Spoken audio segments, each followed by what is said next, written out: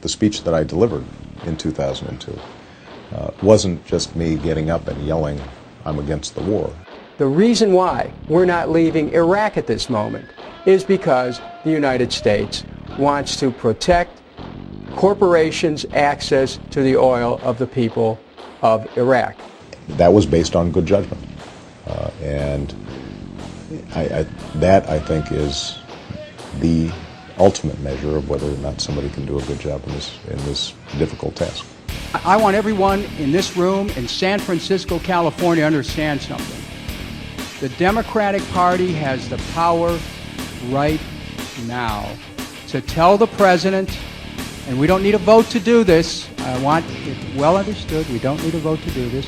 We tell the president, Mr. President, 7 weeks ago we gave you $97 billion.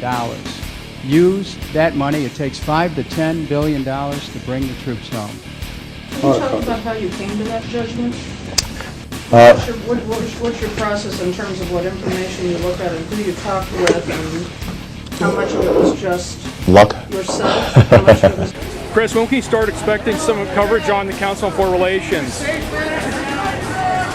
you a conspiracy theorist? The colleagues of mine who are involved in foreign policy, when I was at the University of Chicago, for example, and I was still teaching at the time, or friends of mine who were involved in foreign policy in Washington. I know the head of it. He's a friend of mine. You think Richard Haass is scary? His wife is my book editor. You think that Susan Merkin-Gutty is scary? Thank you. Where do you get this stuff from? One more sign that the post-Iraq era of American foreign policy is coming to an end. I can't predict a lot, but one thing I will predict confidently is that over the next couple of years, U.S. forces in Iraq wind down, not eliminate, but come down, and U.S. forces in Afghanistan build up. This review is also tying, by the way, to David Petraeus. He's about to take over Central Command the end of October. The central front in the war on terror is not Iraq, and it never was. And that's why the second goal of my new strategy will be taking the fight to al-Qaeda in Afghanistan and Pakistan. Well, if I were making a prediction, I would guess that over the next 4 years, the president will gradually reduce U.S. forces in Iraq, and I would guess that that same president will gradually dial up the U.S. force presence in Afghanistan. And in some ways, that's the way it ought to be. As the situation in Iraq, interestingly enough, improves, it will allow us to draw down, but alas, we're actually lagging in Afghanistan where we are in Iraq. I will send at least 2 additional combat brigades to Afghanistan and use this commitment to seek greater contributions with fewer restrictions from our NATO allies. We're actually lagging in Afghanistan. I called over a year ago for additional U.S. troops to be placed in Afghanistan, as well as more non-military assistance and more support from our NATO allies. And I'm glad that there's a growing consensus back home that we need more resources in Afghanistan.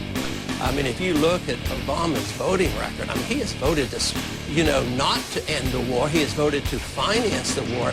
So his rhetoric is playing to the people that come my way, but he is every bit as much of an intervention. He wants to send more troops into Afghanistan. He wants to broaden the military. So I think it's a fraud what he's talking about when he wants to really get out of Iraq.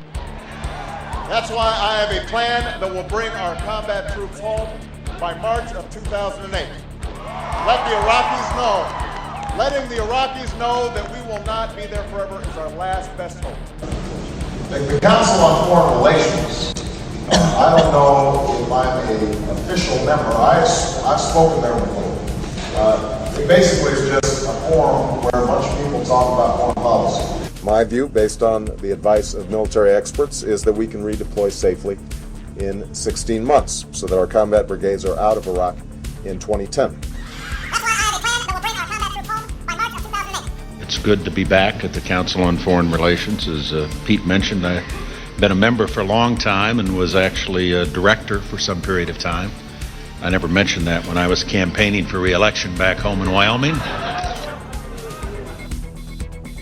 Why is it that Senator Clinton, Senator Obama, Senator Edwards would all mimic the same speech that President Bush and Vice President Cheney have given? That's the advantage of working in the world and getting to know who's running it.